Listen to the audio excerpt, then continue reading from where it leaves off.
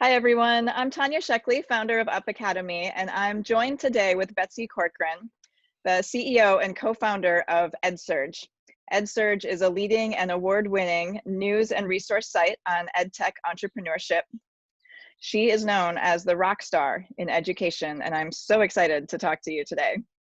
Prior to EdSurge, Betsy has written for Forbes, for Washington Post, Scientific American, and many others. She's appeared on Forbes, on Fox, on CNBC, and on NBC, and I'm so grateful that she's appearing here today on our interview series. So thank you, Betsy. Welcome. Thank you so much, and happy to chat. Great. Well, until recently, you were the CEO and co-founder of EdSurge, and I know you've recently just stepped down from that role. So I'm curious, what was the challenge that you saw that caused you to start and found that organization? And also, what's the challenge that you see coming next that has caused you to leave, and what's your next endeavor? Okay, that's a lot in one big question. That's a big question. So tell me everything about your life in one paragraph. Well, let's see. So literally a decade ago, I decided to leave Forbes. It was the end of the previous economic downturn. And I had one of those moments where I was really interested in trying to do something that both connected with my kids, who at that point were in elementary school, and was really meaningful. And so I left Forbes really without having a clear sense of what I might do in education, but pretty sure that there was something there. And I spent a year actually doing IT support in some of the local schools. I'm here in Burlingame as well. And I learned a lot about why technology wasn't really working for educators. And it wasn't that they were, reluctant to use technology. It was that it really wasn't designed for the use cases, the applications, and really the needs of teachers and students. And so at the end of that year, I started EdSurge because I thought there was a real need to connect two communities, the people who were starting to build the technology and the people who ultimately were going to use the technology. I've always thought that there is a role for tech in education, but it ultimately has to be at the service of teachers and students. Learners. And so we started to try to talk about kind of these two communities, and we tried to bridge that gap. And over the next 10 years, I think we played a role in helping technologists better understand what educators were doing. We did this in lots of different ways. We had many, many, many conferences and sessions of bringing people together. We wrote a lot of stories. And we also tried to amplify a lot of voices. We tried, the best of journalism is always about amplifying the voices of people who are not being heard and ultimately holding the people who are in power accountable. And so that's what we tried to do. And it was a real both pleasure and privilege to be doing that. And we grew EdSurge into a pretty big site. I think at this point, there's more than, I think close to about 700,000 unique visitors every month to the website, and, tens of thousands of people around the world who read the newsletters. And it was an enormous privilege and pleasure and really fun. We sold EdSurge at the end of last year to ISTE, which is the largest nonprofit association that serves teachers using technology. And the combination of the two missions was really good. ISTE is really devoted to trying to help teachers figure out how to use technology, and that's what EdSurge has been doing too, with the added element that we brought kind of a big developer community to the table as well. And so I spent the first half of this year kind of really helping try to integrate those two groups. And, you know, like a lot of founders, once you kind of settle the people and the place in, it then becomes time to sort of say, well, you know, maybe I should sort of look for my next opportunity. And so that's what I did. So I am still going to be a writer on EdSurge. And in fact, once this interview is done, I have to go back and try to finish some stories that I have promised my colleagues and friends. So I'm, you know, in great terms. And I think that ISTE is an enormously important organization, and particularly right now for educators trying to figure out how to use technology and what technology to use. But it's also a good moment for me to kind of take a breath and take a pause and sort of say, okay, well, where else can I make a difference? And so I'm afraid that we'll have to check back later to answer that. I'm only, as I said, 2 weeks into this, so haven't really sort of figured out what that's going to be next. Great. Yeah, thank you for sharing that. Definitely, this is a time when we really, you know, we're really looking for, as educators, looking for the technologies that are going to work best for what we need to be doing. I think a lot of educators were thrust into a situation where suddenly they have to use a lot of technology that may or may not really have been built for education. Mm-hmm. And so the resources that you've built and that Estee's built have been really, really important for educators to have a place to go and a resource and someone to look to for how to navigate the new landscape, if you will. I think the most important message that we always tried to share, and I think that ISTE also tries to share, is to remind educators that they are the people in charge, right? That there are a lot of different technology options now, and many of them have been designed with some eye towards the classroom, although it probably was the classroom of 2019, not necessarily wherever we're going right now. But the key thing is for educators to remember that they have choice, they have voice, and that at the end of the day, they're the people who should be deciding what to use, that they shouldn't be feeling corralled into using something. They have a lot of choice. And kind of that was an important message that we were sending over and over. And by saying you have choice, that also means ask questions, push back, ask for more elements that will make the technology work for you. Absolutely. It's really important for educators to remember that they are the ones in charge. And you've been working with EdTech for a long time and looking at what's happening now. And you mentioned that the classroom of 2019 isn't the classroom of now or in the future.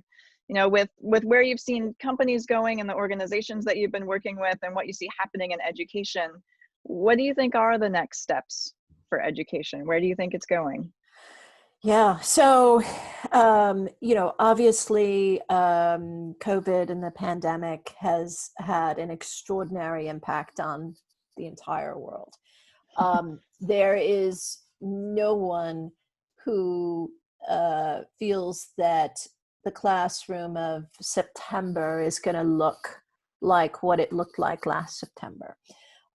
Schools across the country, across the globe, but let's stick to the US, are really working hard to come up with some combination of in-person and remote learning. And they're doing that both because they want to protect people in the short term. They want to make sure that everyone stays as healthy, both staff as well as students and parents, families. But the second reason is obviously that we're all concerned that there'll be a second round of something. And I don't think that any educators want to feel as caught off guard as we were in the first quarter of this year when suddenly everything closed down. So for that reason, we are going to see a combination, a hybrid of remote learning and in-person learning going forward. And there are a lot of different models. I think everyone is still going to be testing out and exploring this. We're going to see some really interesting, I think, examples of this over the summer. There are a lot of different districts and schools that are trying to put in place some summer programs that will be ways of trying out different scenarios. For instance, there's a national summer school project that is really focusing on using kind of master teachers to do the sort of, providing of great information, and then really turning to local educators, working in small groups with local students, with their students, to kind of take those ideas further. I think that kind of creativity of really saying, how do we change what we do? If we kind of try to replicate what we used to do, we'll lose.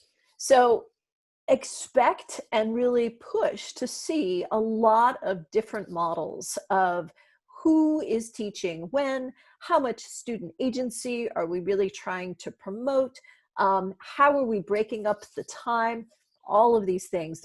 We're really in an era of enormous experimentation right now. Yeah, I agree. And if we dig deeper into that, lots of different schools and districts and organizations and countries are creating their own methods.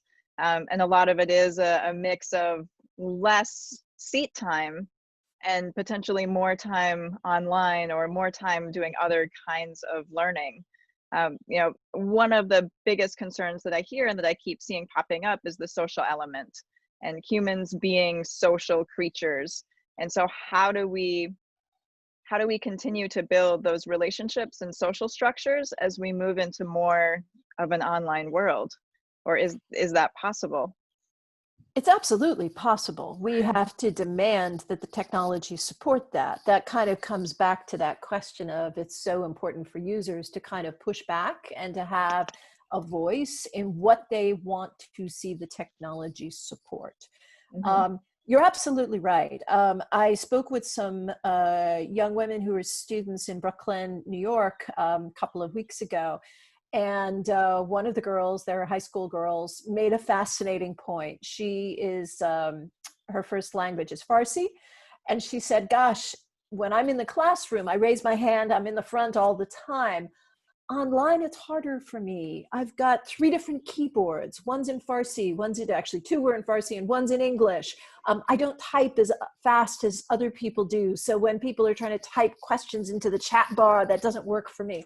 We need to be rethinking what the structure and the design is of scenarios like this. You and I right now are on Zoom, and it has some inherent limitations for communication, and certainly inherent limitations for just what you said, Tanya, the sort of social elements. But that's a design issue. We can rethink that.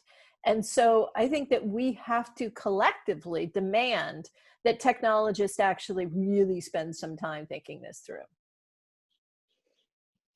Yeah, I know there are a few companies out there that are working on those sorts of challenges and issues. And from one side, bringing in emotion and humanity into artificial intelligence and making it so that it does feel human and not like a screen. Like, I can see that you're a human and it's really nice to see you, but you're still on a screen, Still kind and of so flat, yeah. So, how do we change that? And another shift that I'm seeing and ideas into virtual reality, so that everybody is in their own space, but is together and feels more together in a virtual space, because now instead of being, a flat screen, you're actually in a 3-dimensional arena, which changes the feeling of everything. I think there's some important research that has to be done to get a sense of what are those cues that we're really using to feel more emotionally connected with people, right? And some of them may be, as you said, sort of seeing you in 3 dimensions or feeling that you're sharing an environment. There may be other ones too. And again, not an area that I'm super expert in. I think it's an enormous area for research. Here's another example. We've found that podcasts are enormously intimate, right? There's something very intimate about having someone like speaking in your ear. I mean, the folks who do the best podcasts, they feel like they're your friend and they're sitting on your shoulder and they're having this really, really thoughtful, interesting conversation with you. You feel really personally engaged. And yet there's absolutely no visuals involved with that. So what is it that's about the podcast that somehow feels intimate, personal, social? that somehow is kind of a little bit lost in the Zoom world. I did not to pick on Zoom in our two-dimensional flat screen approach. I don't know, but I think that there's a lot of potential to ask these questions, and these are questions that researchers haven't necessarily, with a few exceptions, haven't really spent very much time asking and exploring, but we have to. Yeah, I agree. It's going to be really interesting to see what the research says and how designers take that and integrate it into more people pleasing technology, I guess, people connecting technology. Yeah. But moving from that subject and moving back to something else that you said about student agency and how do we develop more student agency. There's a lot of talk around that and around student-centered learning. And right now, up until the break, we were in a very passive education system where students sit, they listen, they take in information for the most part, and then they're required to spurt it back in some fashion to an educator. But now that's not entirely possible as we move to a blended model, as education changes, as there's fewer hours potentially in the classroom. So how do we shift from that kind of student-centered approach to more of a learner-centered approach and really engage educators to push their students to be advocates of their education and involve that student agency and really ignite that love of learning, not just when they're with an educator, whether it's online or in person, but in the world around them? How can we as educators support that shift in thinking and in educating? Yeah, so I think that it's a great question, and a couple of thoughts on it. First is that there have been some schools, and you guys may be on that list as well, who have really tried to push student agency. There's some terrific programs in Philadelphia. There's, even locally here, Odyssey, a small middle school, has tried to kind of be much more project-based for a long, long time. So there definitely are a lot of experiments that we've seen over the last 10 years in particular that really are trying to open up for more student agency. Second thing is that sometimes I wonder whether it's that we have to permit or push students to have more agency, or whether we just need to recognize that agency.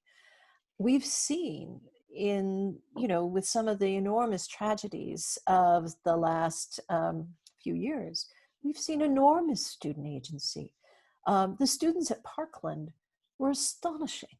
They did more after that tragedy to articulate and share and try to change people's minds and hearts than anyone could have ever imagined, right? Some of the rallies that we've seen recently around Black Lives Matters have been entirely driven by students. In fact, I think one in Redwood City was started by high school students. So sometimes it's not clear to me whether it's that we need to push students to be more active, or whether we as educators need to actually recognize and support their inherent desire to take action. So I think that there's a lot of reflection that we all have to do about how we do this. Again, I suspect that particularly this current generation is actually ready to, be actors on the stage. And that some of what had happened over the last few decades was more keeping them in childhood longer rather than letting them be actors on the stage and making room for them to be actors on the stage. So I don't know how much of it is educating us and how much of it is nudging them forward, but I think that both of those elements are relevant. That's what all educators say, right? They learn as much from their students as they're trying to impart to them. Absolutely. Definitely. And what you're saying is a theme that I'm hearing from a lot of different thought leaders that I've been talking with, is listening to our students and supporting them. And how do we kind of get out of our own way and help them to move forward in the challenges that they're taking on, and be supportive and resourceful, and help them to gain the skills that they need to be successful through those endeavors.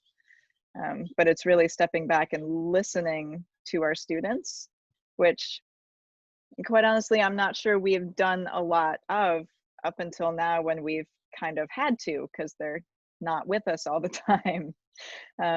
So it's a really interesting shift. Have you had any students on your podcast?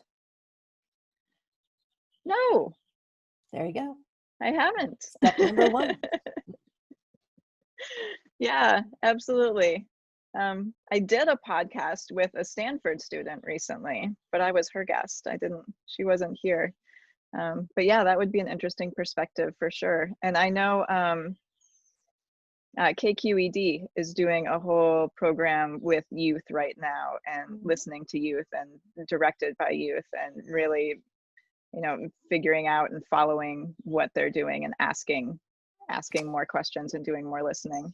And there's Youth Radio in Oakland, which has done a terrific job of amplifying student voice as well. So the voice is there. I think as adults, we just need to actually be open to listening to it sometimes. Yeah. So looking a little more at your history, you've been a writer now for over 25 years in various different directions. Let's not count there. For a while. You've been a writer for a long time. You have a lot of experience with this. Have you looked at writing a book? Oh, so, my husband is a writer as well. He's written 5 books.